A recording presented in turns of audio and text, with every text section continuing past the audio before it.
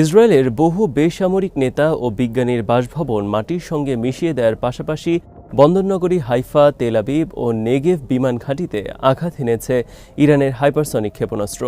রোববার রাত এবং সোমবার সকালে চালানো এসব হামলার পর দাউ দাউ করে জ্বলছে ইসরায়েলের অনেক এলাকা। হামলা হয়েছে নেতানিয়াহুর বাসভবনকে লক্ষ্য করেও। ইসরায়েলি সেনাবাহিনী জানিয়েছে, নেতানিয়াহুর বাড়ি লক্ষ্য করে অন্তত ৫০টি ক্ষেপণাস্ত্র নিক্ষেপ করা হয়। আঘাত করা হয়েছে ইসরায়েলের অস্ত্র কোম্পানির রাফায়েলের কারখানায়। তেল আবিবের বেন গুরিয়ন বিমানবন্দরে সরাসরি আঘাত হেনেছে ইরানি ক্ষেপণাস্ত্র।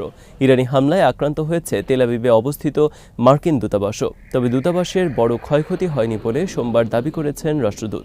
এখন নিস্তব্ধ ভুতুড়ে ইসরায়েল। রাস্তায় গাড়ি ও মানুষের চলাচল নেই বললেই চলে। মানুষ নিত্যপণ্য নিয়ে অবস্থান করছেন মাটির নিচে, বাংকারে। ইরানের সশস্ত্র বাহিনীর মুখপাত্র কর্নেল সৈয়দ অবৈধ ইহুদি বসতি স্থাপনকারীদের ইসরায়েল ত্যাগ করার আহ্বান জানিয়ে বলেছেন, ইসরায়েল নিশ্চিতভাবে বসবাসের অযোগ্য হয়ে পড়বে। তিনি জানান, মিলিটারি ও security centre, decision making centre এবং কমান্ডারদের বাসস্থানগুলোতে হামলা চালানো হচ্ছে। এই হামলা আরও তীব্র হবে। আপাতদৃষ্টিতে সুরক্ষিত বাংকার এবং ভূগর্ভস্থ আশ্রয়কেন্দ্রগুলো ইহুদিবাদীদের জন্য নিরাপদ নয় বলে জানান তিনি। ইসরায়েলে আঘাত হানার মতো বিপুল পরিমাণ ক্ষেপণাস্ত্র মজুদের কথা জানিয়ে ইরানের সামরিক সূত্র বলছে, ফাতাহ-2 নতুন প্রজন্মের সিজিল ও 2 টন ওয়ারহেড সমৃদ্ধ খুররম সহ যে মজুদ রয়েছে তাতে টানা 2 বছর ইসরায়েলে হামলা চালানো যাবে।